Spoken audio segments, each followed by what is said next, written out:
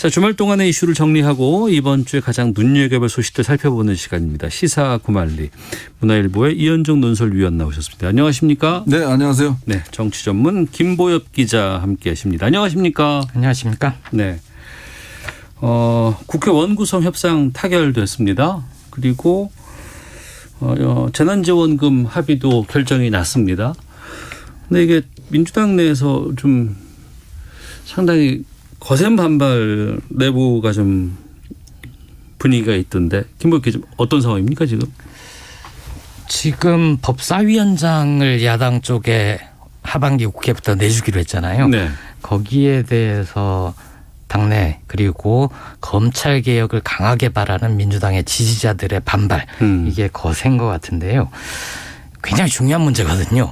그러면 최소한 국회 개혁에 관한 것, 법사위원장 배분에 관한 것, 이것은 국회의원들에게 사전에 보고를 하고 네. 협의하는 절차를 거쳤어야 되고요. 네. 최소한 법사위원들에게는 먼저 얘기를 하고 의원총회에서 이런 걸 얘기를 한다라고 논의를 했어야 됩니다. 네. 그런데 의원총회 안건에 그게 올라간 것도 모르고 있다가 뒤늦게 참석해서 반대한 분들도 있고 예. 그러다 보니까 후폭풍이 커진 것 같은데요.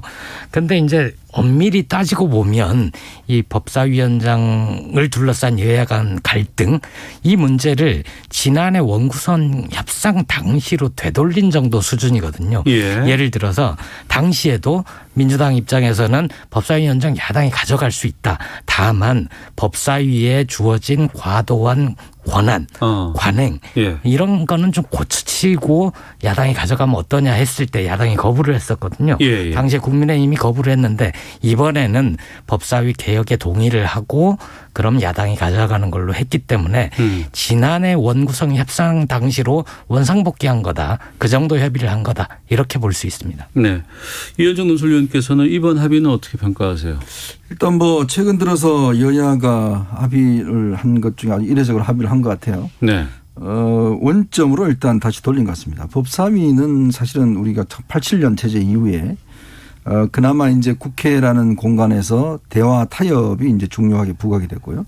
또 그런 상황에서 이제 야당이 법사위원장을 맡는다는 게 이제 관례처럼 되어 왔어요. 왜 그러냐면 모든 법안들이 이제 각 상임위를 거쳐서 법사위에 올라갑니다. 그러면 이제 자구 심사라든지 이런 것들을 하고 그 다음에 이제 본회의에 올라가는 거거든요. 네. 근데 법사위원장이 만약 그거를 거부할 경우는 사실 법안이 상임 이제 본회의를 못 올라가게 돼 있어요.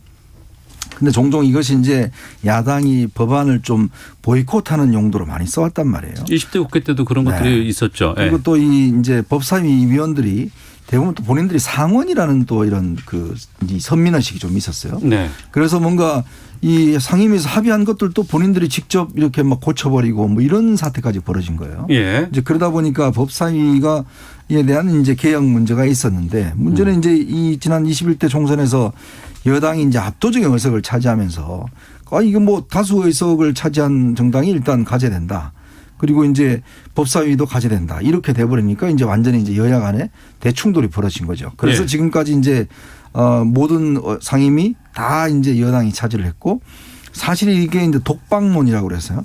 그러니까 그동안 보면 여당 일방적으로 이제 통과를 법안을 하다 보니까 이게 지난 이제 4.9 재보궐선거 결과도 좋지 않고 또 여당 지도부 입장에서 보면 내년 대선을 임하는데 뭔가 정책 부담감도 있지 않습니까? 혼자 다 한다 이런 것들이. 네. 이런 부담을 좀 빨리 털어보고 싶다.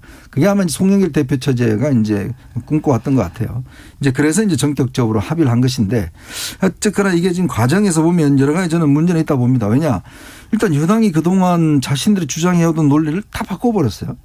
어떤 뜻이죠? 그게? 예를 들어서 법사위는 다수당이 맞는다라고 네. 하는 게 이제 사실은 여당의 강력한 논리였거든요. 그런데 이거는 또 그러면 국민의힘에 주겠다? 그럼 무슨 이유로? 그러면 이제 이게 논리적인 연결이 안 되지 않습니까? 왜 바뀌었는지에 대한 이제 이런 것도 있는 것이고 또 야당 입장에서 보면 일부에서는 또 야당 내에서도 전략적으로 아니 지금 이걸 굳이 받을 필요가 뭐 있냐. 아니 내년 대선까지 이게 여당한테 책임을 돌려야 되는데 네. 이렇게 되면 야당도 책임을 떠안는 거 아니냐. 이런 이제 내부적인 전략적인 이제 비판도 있는 거예요. 네.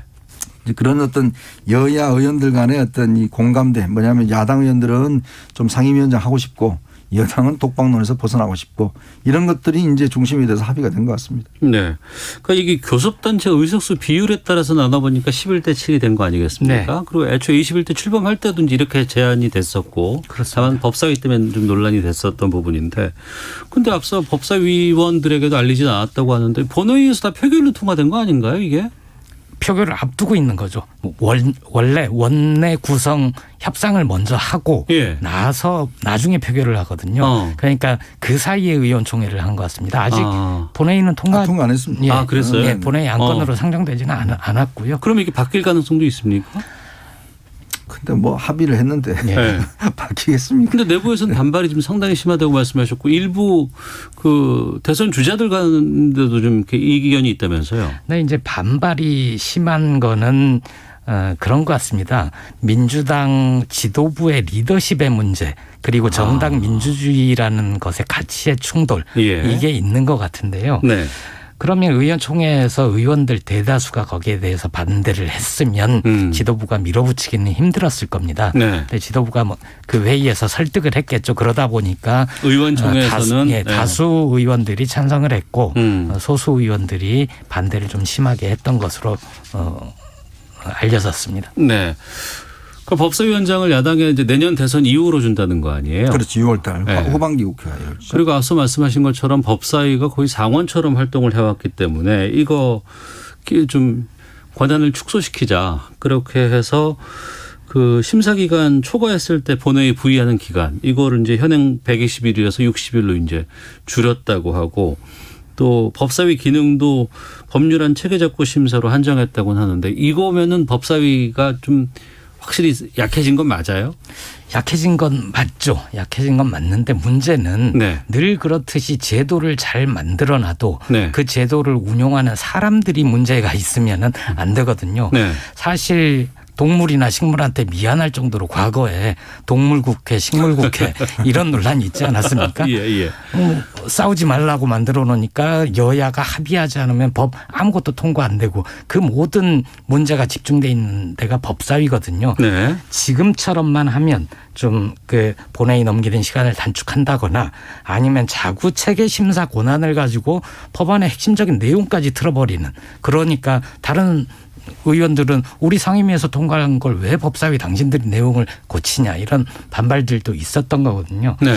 그거라도 잘 지키면 국회 개혁에 조금 더 다가갈 것 같습니다. 네. 그러면 지금 상임위는 바로 좀 바뀌어야 되는데 위원장이. 그렇죠. 그럼 지금까지 계류되어 있던 것들 가운데 국민의힘이 지금 7개 네. 정무위, 교육위, 문체위, 농해수위, 환노위, 국토위, 예결특위거든요. 여기에서 지금까지 추진해왔던 법안들 바뀔 수도 있겠네요. 그러니까 이제 바뀔 수도 있는데 특히 이제 지금 문체위 같은 경우는 이제 언론관계법이 있잖아요. 언론관계법, 네, 그렇죠. 언론중재법 같은 경우 이제 지금 배상을 뭐 범위를 훨씬 높인다든지 이제 그거를 아마 이제 일반 이 통과를 시켜놓고 그 다음에 이제 이 위원장을 바꾼다는 것 같아요. 근데 이제 저는 그렇습니다. 이게 이제 국회라는 게 물론 뭐 최종적으로 안 될 때는 다수결로 하지만 네. 국회의 정신이라는 게 이제 대화 타협이 없는 다수결은 상당히 제도적인 폭력이 될 수가 있거든요. 예. 그래서 그동안 국회라는 게 이제 하나의 타협의 장이다는 데 왔는데 사실은 21대 국회가 출발할 때 여당이 이제 압승을 하면서 굉장히 저는 오만해 왔다는 생각이 들어요. 즉 우리가 하는 건 다 옳다. 옳은데 국민을 위한 건데 왜 통과 안 시켜주냐. 그래서 일방적으로 통과시키는 법안들이 많았지 않습니까? 네. 근데 지금 정작 보면 임대차 3법이라든지 이런 거 보면 지금 뭐 부동산법이라든지 이런 걸 보면 그 피해가 지금 굉장해서 벌써 이제 수정한다고 나오지 않습니까? 또 윤희숙 의원이 그 5분만을 통해서 이렇게 되면 정말 시장에 엄청난 혼란이 온다. 그렇게 이야기를 했음에도 불구하고 통과시켜서 결국 이 모양이 났거든요. 네. 이제 그게 결국 국회가 법안을 충분히 어떤 심사를 하고 토론을 하는 이런 문화가 없기 때문에 이제 발생한 일이에요. 그러니까 저는 그래서 이게 제도적으로 지금 법사위원장을 야당에 간다 하더라도 그러니까 여당도 마찬가지고 야당도 마찬가지고 뭔가 대화 타협을 한다는 그 기본 정신이 있어야 되는데 이제 그게 없어져 버리면 이게 과연 이제 순조롭게 될까? 특히 또 이게 내년 대선 이후란 말입니다. 네네. 자, 내년 대선 이후면 여야가 바뀔 수 있어요. 그러면 만약 국민의힘이 간다 그러면 국민의힘이 여당 국민의힘이 예를 들어서 법사위원장을 할 수도 있는 것이고 뭐 야당 국민의힘이 갈 수도 있는 것이고 이제 이런 면에서는 보면 이게 상당히 원칙적으로 보면 예를 들어서 법사위원장을 야당이 한다 이렇게 돼버리면 그러면 그런 기존에 있는 그 관습대로 하는 거잖아요. 근데 지금 이제 합의한 건 뭐냐면 내년 6월 달에 법사위원장을 국민의힘이 한다는 거죠. 네. 이렇게 되면 그러면 이거는 뭐냐인 거죠. 이게 서로 원칙이 그러면 야당 입장에서 보면 그런 법사위를 그동안 야당이 해왔는데 아까 예. 제가 말씀드린 원칙이 야당이 그래도 국회를 견제하는 기능으로 해왔는데 예. 국민의힘도 문제는 그거예요. 본인들이 그 원칙을 정했으면 그럼 그렇게 규정을 정해야 되잖아요. 네. 그러면 법사위를 야당이 한다고 정해야 되는데 이제 국민의힘이 한다고 돼버렸어요. 그러면 국민의힘이 여당이 되면 그때는 어떻게 할 겁니까? 이제 이런 딜레마들이 솔직히 있는 거죠. 원칙이 아니고 관행이었고 관행적으로 야당이 해왔던 건데 그게 항상 다 관철됐던 건 아니거든요. 예. 그리고 지금은 상임위원장은 국회 본회의에서 뽑는다 선출한다라고 법에 돼 있고 나머지는 여야가 관행적으로 서로 타협해서 서로 배분을 해왔던 거니까 대화와 타협 그리고 협치의 문화가 좀 깊어지면 그닥 우려하지 않아도 될 것 같습니다. 그래요. 이게 안 깊어지니까 문제죠. 게다가 지금 재난지원금은 결국에는 전국민 지급은 아니게 됐어요. 88%로 이제 나눴는데 이건 어떻게 평가하실까 궁금합니다. 이현정 논술위원님. 이거 갖고 참 주말 내내 보니까 네. 이게 지금 88%면 12%는 뭐냐 그러면. 네. 또 그 논란이 또 되는 거 아니에요? 처음에 80%였잖아요. 네. 그러다가 또 12%인데 이게 또 계산 방법이 뭐 4인 가족 맞벌이일 경우 뭐 굉장히 저거 하더라고요. 참 근데 이게 참 저는 처음부터 이야기를 했지만 재난지원금은 처음부터 우리가 이제 그 기획재정부에 보면 50%가 있습니다. 그러니까 어려운 분들한테 좀 집중적으로 주자. 네. 좀 그런 주장을 계속 펴왔는데 이게 이제 여야 간에 그 타협이 되다 보니까 이게 참 좀 이상한 지금 법이 돼버렸어요. 그러니까 사실은 12%라 그러면 이제 상위 그룹인데 이분들 같은 경우에 그 경계선상에 있는 분들의 문제라든지 하여튼 여러 가지 문제가 또 발생할 수가 있지 않습니까? 이게 아예 뭐 50% 정도면 그렇게 뭐 하더라도 88% 그러니까 받는 분들도 솔직히 나는 왜 12%에 못 들어가지? 이제 이런 거에 경계선에 있는 분들 또 이게 이제 그 전체로 보면 이걸 또 구분하는데 굉장히 까다로운 또 이제 서로 맞춰보고 아마 뭐 거의 뭐 또 그 경계에 있는 사람을 비교해가지고 이분은 받고 이분은 왜 못 받나라고는 기사 엄청 쏟아질 거예요. 만 원짜리 뭐. 뭐 만 원, 뭐 1,000원 이걸로 지금 갈라질 분도 있어요. 예. 결국 경계선상에 있는 분들 같은 경우는 이제 그런 거기 때문에 물론 뭐 지금 어렵지만 그러나 우리가 어려울수록 사실은 좀 더 우리 지금 KDI 통계에 따르면 그 소득분이 50% 이상 같은 경우는 그래도 연 100만 원 이상은 이제 저축을 할 수 있는 분들이거든요. 네. 그러니까 좀 더 하층의 어려운 분들한테 좀 집중적으로 지원해 주면 더 좀 두텁게 갔어야 더 된다. 도움이 될 텐데 저는 좀 아쉽습니다. 이현정 논술위원께서는 88%를 올리는 것보다는 더 밑으로 가야 된다는 그렇습니다. 주장이신 것 같고 어떻습니까, 김보혁 기자는? 저는 기준선 경계선을 설정을 하는 순간 네. 그 선을 두고 논쟁은 불가피하다. 그게 50%건 80%건 그렇게 생각을 하고요. 사실 이게 정부에서는 처음에는 소득 하위 70%로 했다가 네. 민주당은 의원총회에서 전국민 지원으로 이렇게 합의를 했었잖아요. 당론으로 정했죠. 그걸 계속 밀고 당기기를 하다가 정말 기준도 원칙도 없는 88이라는 숫자에 합의를 한 건데 역시 기획재정부는 힘이 세구나. 전국민 지원은 절대 안 된다. 네. 우리가 양보해서 그럼 88 이렇게 한번 선을 만들어 볼게 하고 합의를 한 거 아닌가 싶습니다. 네. 게다가 캐시백도 살았잖아요. 네. 그러면 지난번에 송영길 대표하고 이준석 대표가 만나가지고 이거 갖고 합의했다가 뭐 철회하고 논란이 좀 됐지 않았습니까? 그렇죠.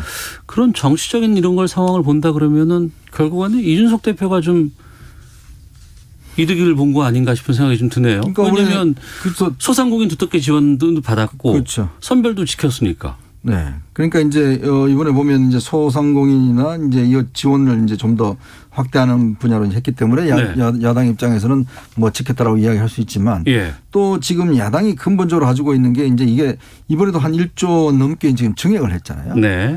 근데 사실은 참 그렇습니다. 이 가정살림도 자꾸 이렇게 이제 쓰다 보면 나중에 다 이제 후세들이 갚아야 되는 거거든요. 이게 뭐 네. 하늘에서 뚝 떨어진 돈이 아니지 않습니까? 이제 그러니까 야당 입장에서는 계속적으로 이거를 재난지원금이나 추경이나 이런 걸 좀 줄여야 된다는 입장이었는데 네. 이게 선거가 앞다퉈 오니까 사실 야당도 뭐 이거를 거부할 수 있는 명분이 그렇게 없어져 버렸어요. 근데 과연 이제 이게 지금 이걸로 또 끝날 것이냐는 솔직히 저는 의문도 있습니다.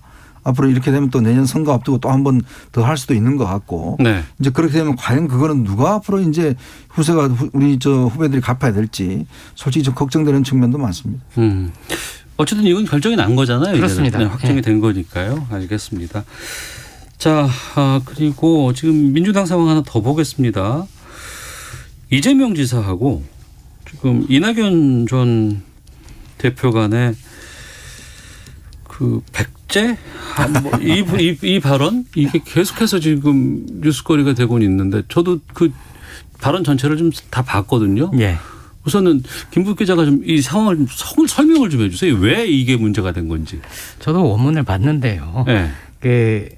이제 원문에 따른 질문 응답을 보면 중앙일보 기자가 인터뷰를 하면서 왜 당신이 더 이길 것 같으냐, 왜 네. 필승 카드냐라고 묻고 나서 이재명 후보가 자신의 경쟁력 얘기를 하면서 확장성 얘기를 하거든요. 그리고 과거 이낙연 후보가 경기도청을 찾아왔을 때 덕담을 하면서 당시의 지지율도 전국적으로 고르게 나오고 하니 네. 과거 역사를 보면 백제 혹은 호남 쪽에서 이렇게 전국적으로 국민 통합에 성공한 사례가 없는데 되시면 참 좋겠다. 그런 덕담 차원에서 얘기를 했다는 거예요.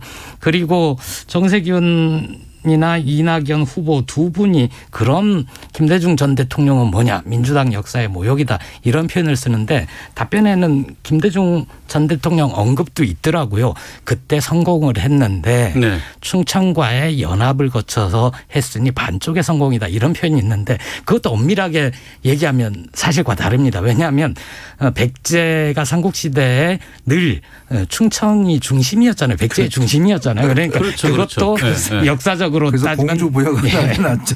그래서 제가 보기에 덕담을 했지만 오해의 소지가 있다. 왜냐하면 아직까지도 과거에 비해서 지역감정, 지역주의 이게 옅어졌다고는 하지만 여전히 굉장히 민감한 문제여서 오해를 부를 발언이었다. 하지만 그거 가지고 또 이낙연 후보 쪽에서 지나치게 공격적으로 나오는 거 아닌가, 이런 판단을 하고 있습니다. 이현정 노조위원께서는요. 제가 기자가 아니고요. 네. 이낙연 후보의 그 선거 캠프에 있는 사람이었다면 정말 호재가 온 거예요. 아, 그래요? 네. 왜냐, 이게 지금 그 문재인 대통령이 예전에 부산 갔을 때 무슨 얘기냐면 부산 정권론을 이야기를 했어요.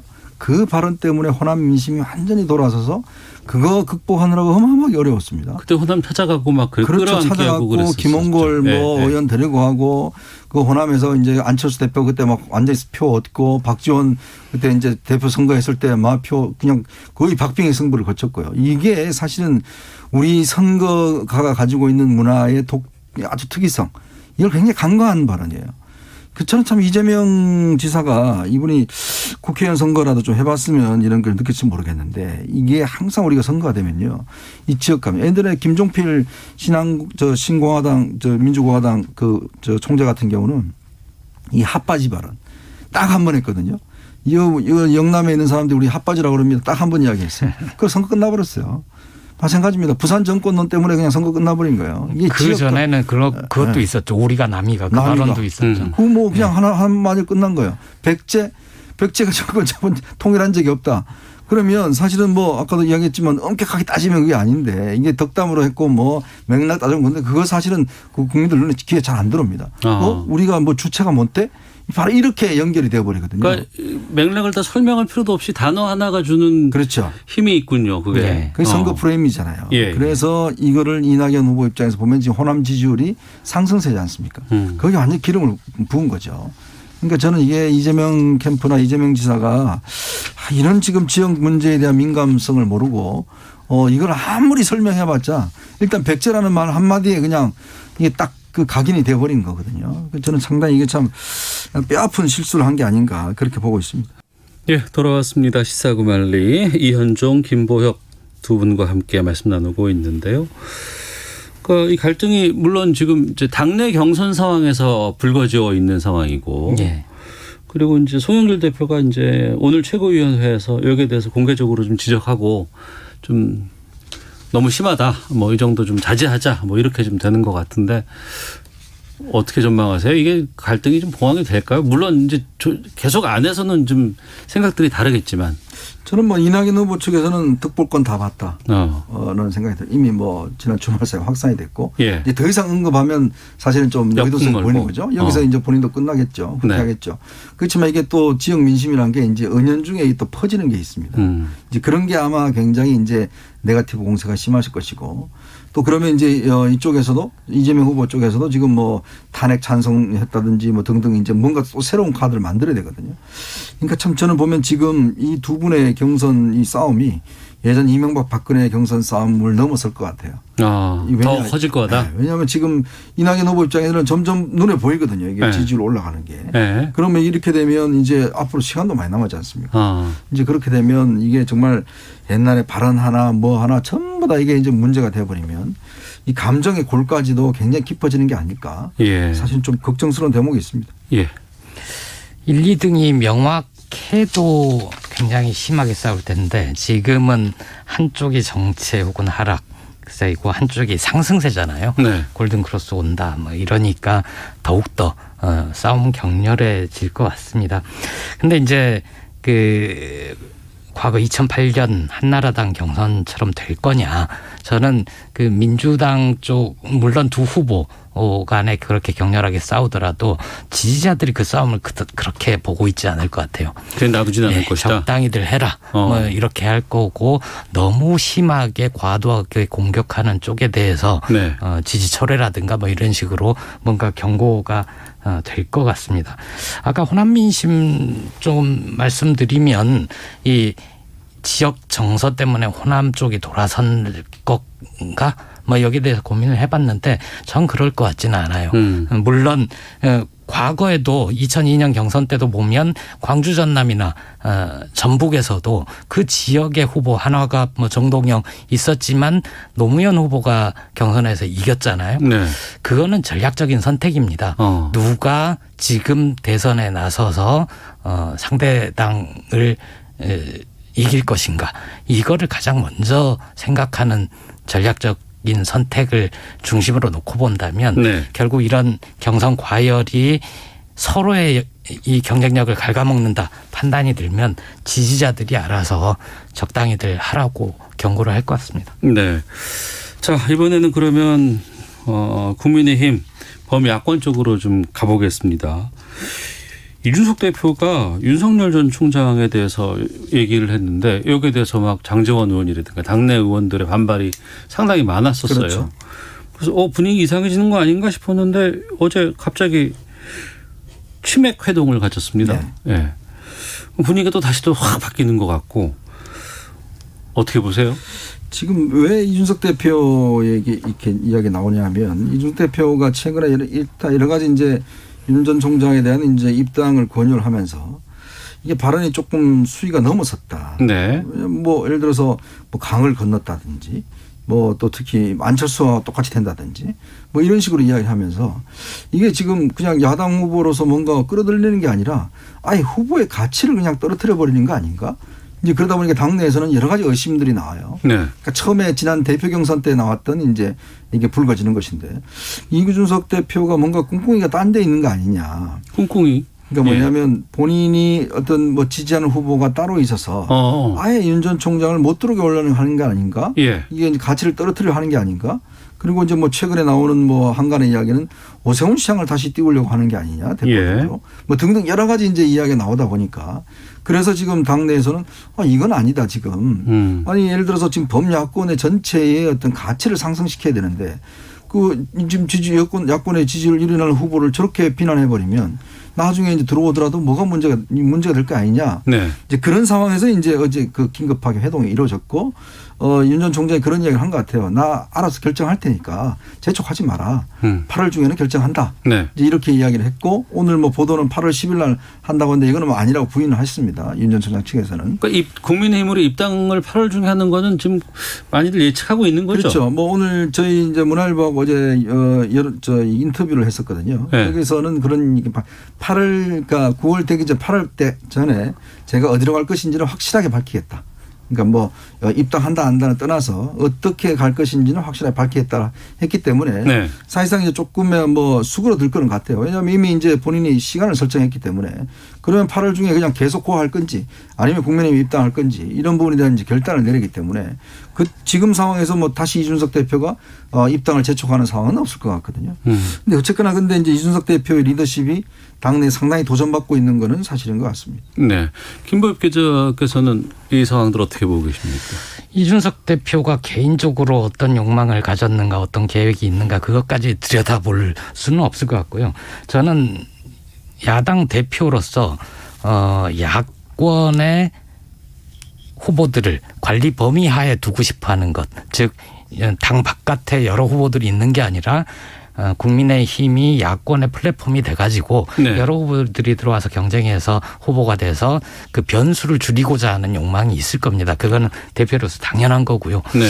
윤석열 후보는 지금 국민의힘에 들어가서 n분의 1이 되기보다는 바깥에서 열심히 세를 불리고 지지를 키우고 해서 국민의힘 후보가 결정이 되면 나중에 여론조사 방식으로 단일화해서 그 승리하는 그 경로를 그리고 있는 거 아닌가 하는 생각이 들거든요. 어제 만남은 제 생각에는 윤 후보 쪽 요구가 강했을 겁니다.